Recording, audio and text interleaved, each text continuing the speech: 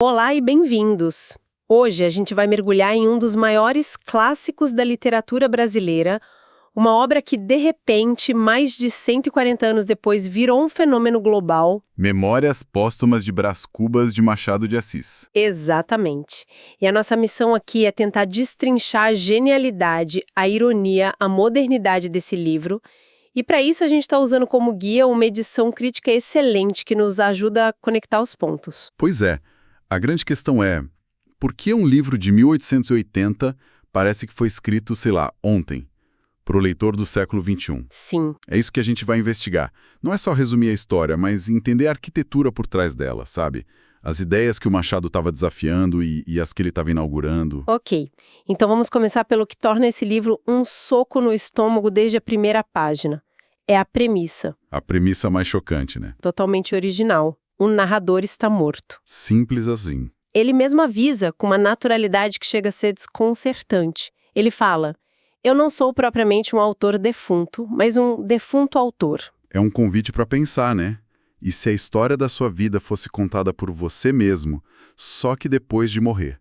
Exato. Essa liberdade que a morte dá para ele é a chave de tudo. O Machado de Assis usa esse artifício para resolver um problema literário. Que problema seria esse? Como analisar uma vida? Medíocre, comum, burguesa, sem cair no tédio ou naquela idealização romântica. Ah, entendi. A resposta é dar ao narrador uma honestidade brutal. Uma honestidade que só quem não tem mais nada a perder, nem reputação, nem amigos, nem a vida, poderia ter. Ele está livre das convenções sociais. E essa liberdade já aparece na dedicatória, que é talvez uma das mais famosas e Ácidas. Não, ele dedica, e eu cito, ao verme que primeiro roeu as frias carnes do meu cadáver. isso já estabelece o tom. A gente não tá num romance romântico com heróis. A gente tá entrando num território de humor corrosivo e uma melancolia muito profunda. Exatamente.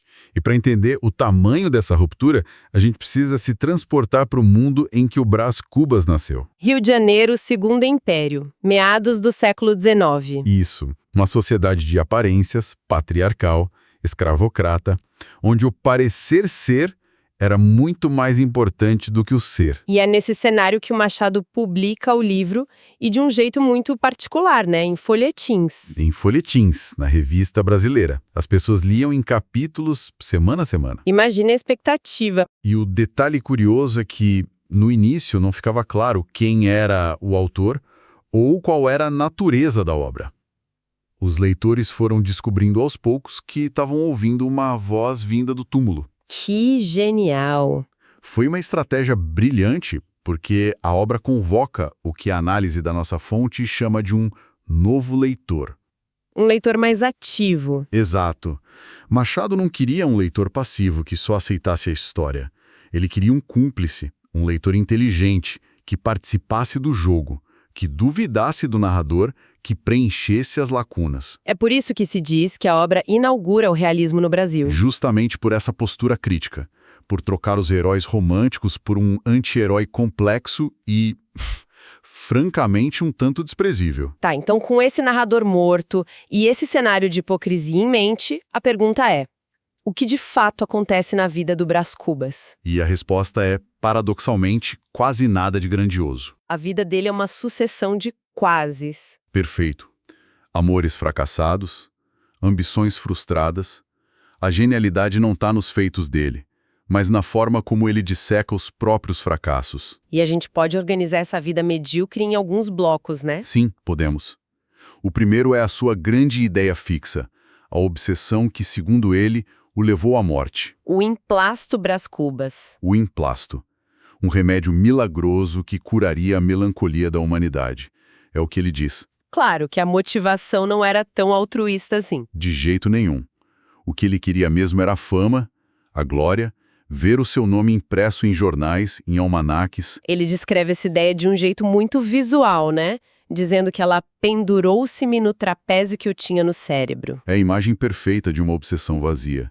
Um projeto grandioso sem fundamento que acaba definindo toda a trajetória dele. Ok, esse é o primeiro bloco. E o segundo? O segundo bloco que definia a existência dele é a vida mundana.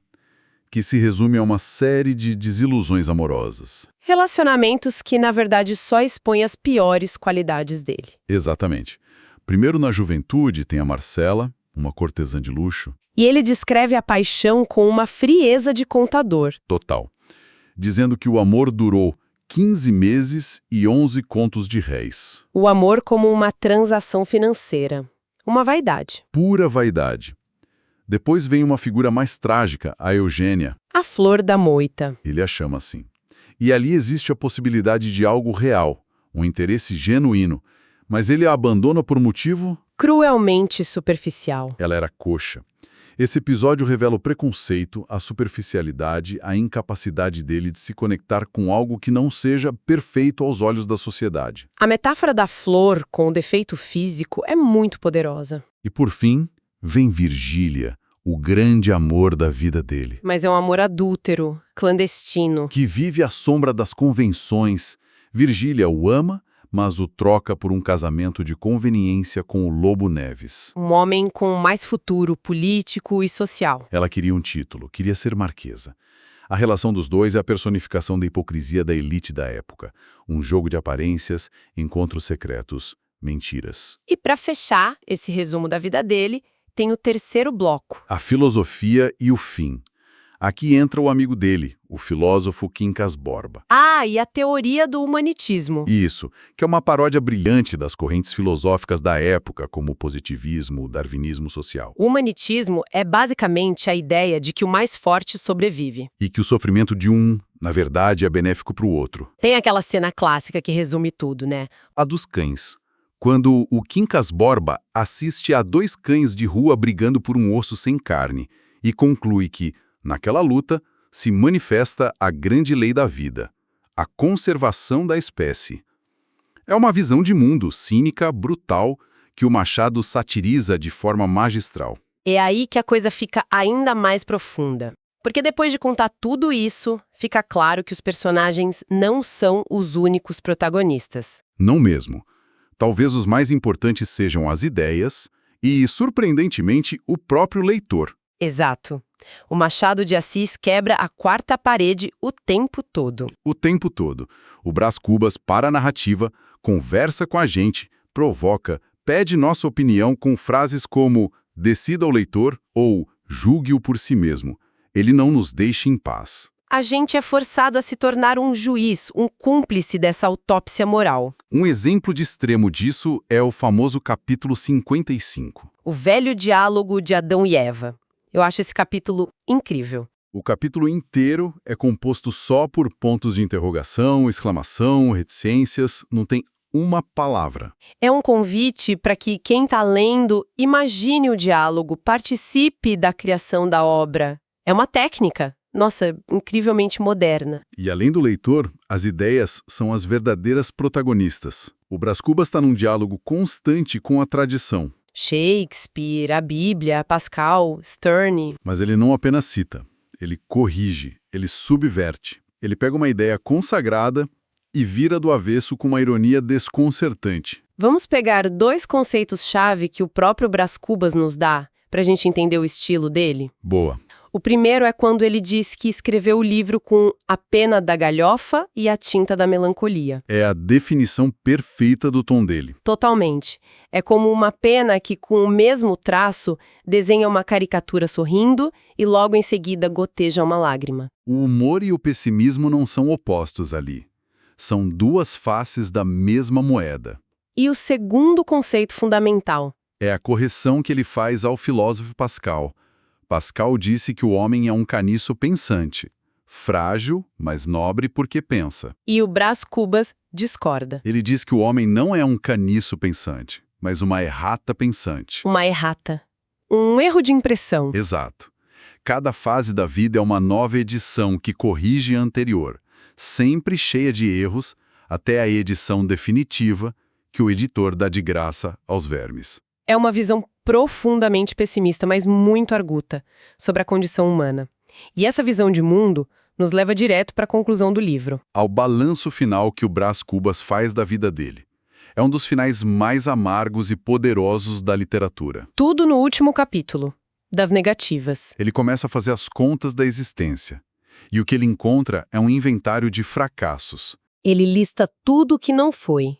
Não fui ministro, não fui califa, não conheci o casamento. A vida dele foi uma sucessão de negativas. E quando parece que a conclusão vai ser de desespero total, ele encontra o que chama de um pequeno saldo positivo. Uma única coisa boa que resultou da vida inteira dele. E essa coisa é a grande chave do livro. Nas palavras dele, Não tive filhos, não transmiti a nenhuma criatura o legado da nossa miséria. é uma frase demolidora. Completamente. A única vitória da vida dele foi não ter se reproduzido. Foi ter interrompido o ciclo de sofrimento e mediocridade que, para ele, define a existência humana. É o trunfo máximo do pessimismo dele. Numa sociedade que valorizava a descendência, a família, o legado, a vitória dele é a anulação. É o nada. É como imaginar uma balança. De um lado, você coloca todos os símbolos das ambições fracassadas dele. A cadeira de ministro, o pote do emplasto. As alianças de um casamento que não teve. E do outro lado, um espaço vazio que representa a ausência de filhos. E a balança, contra toda a lógica, pende para o lado vazio. Como se essa ausência fosse o maior peso, a única e verdadeira conquista. O que nos leva ao encerramento da nossa análise. A grande lição de Brás Cubas não está na vida que ele viveu. Mas na coragem de dissecá-la sem piedade. Uma vida insignificante se transforma numa obra de arte monumental pela forma como é contada. No fim, o livro não é sobre a vida de Brás Cubas. Não. É sobre a própria literatura. Sobre o poder da narrativa para dar sentido ao caos e ao vazio. E o que isso nos diz hoje? A fonte que a gente usou nos lembra que o livro nos ensina, acima de tudo, a desconfiar das ideias fixas. Das grandes certezas, dos projetos de vida que nos são impostos. Brás Cubas fracassou em todos os seus grandes projetos. E foi nesse fracasso que ele encontrou sua estranha forma de lucidez. O que nos deixa com uma pergunta para refletir, então? Exato. Num mundo como o nosso, que nos empurra o tempo todo para certezas absolutas, para o sucesso a qualquer custo, para a exposição de uma vida perfeita, o que a gente pode aprender com um narrador que encontra sua única vitória na negação? Na dúvida, no reconhecimento honesto da própria miséria. Essa talvez seja a razão pela qual Memórias Póstumas parece tão atual. Ele nos lembra que, como disse o escritor Ítalo Calvino, um clássico é um livro que nunca terminou de dizer aquilo que tinha para dizer. A voz de Brás Cubas vinda do túmulo continua a ecoar. Nos convidando a rir da nossa própria vaidade e a questionar as verdades que nos contam. E talvez a reescrever as nossas.